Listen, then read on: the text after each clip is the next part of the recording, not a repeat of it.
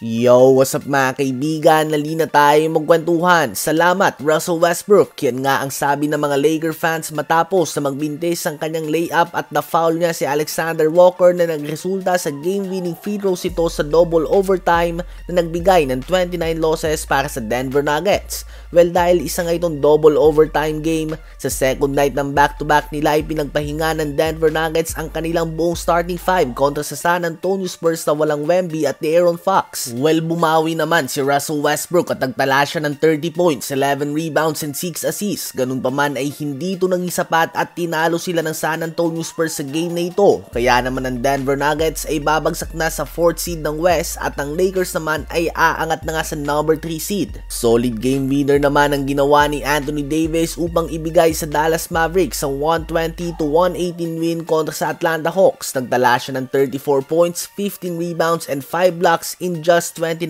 minutes of playing time. Habang si Carmelo Anthony naman ay opisyal ng pinangalanan bilang miyembro ng Hall of Fame Class of 2025. First ballot Hall of Famer nga siya mga kaibigan. May mga fans na hindi kumbinsido sa kanyang pagkakapili dito dahil hindi umano ito ng kampiyon.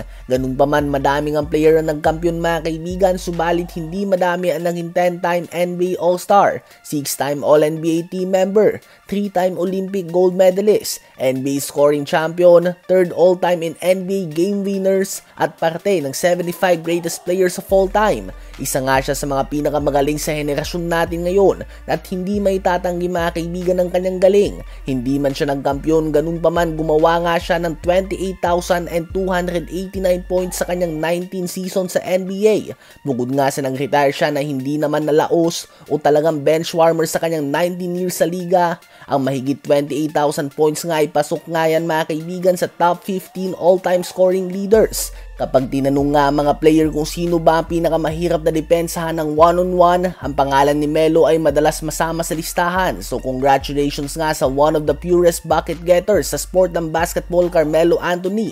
Tambak naman ang inabot ng New York Knicks kontra sa Cleveland Cavaliers sa score na 124-105. 27.6 rebounds and 5 assists si Donovan Mitchell, 21 points, 8 rebounds si Jarrett Allen, 17.6 assists si Darius Garland, 16 points si DeAndre Hunter at 13 points, 4 assists si Evan Mobley. Ang Knicks nga mga kaibigan ay nananatiling walang panalo kontra sa top 3 teams ng East at ng West. Habang pinulbos naman ng Houston Rockets ang Utah Jazz dahilan kung bakit opisyal na silang naka-clinch ng playoff spot.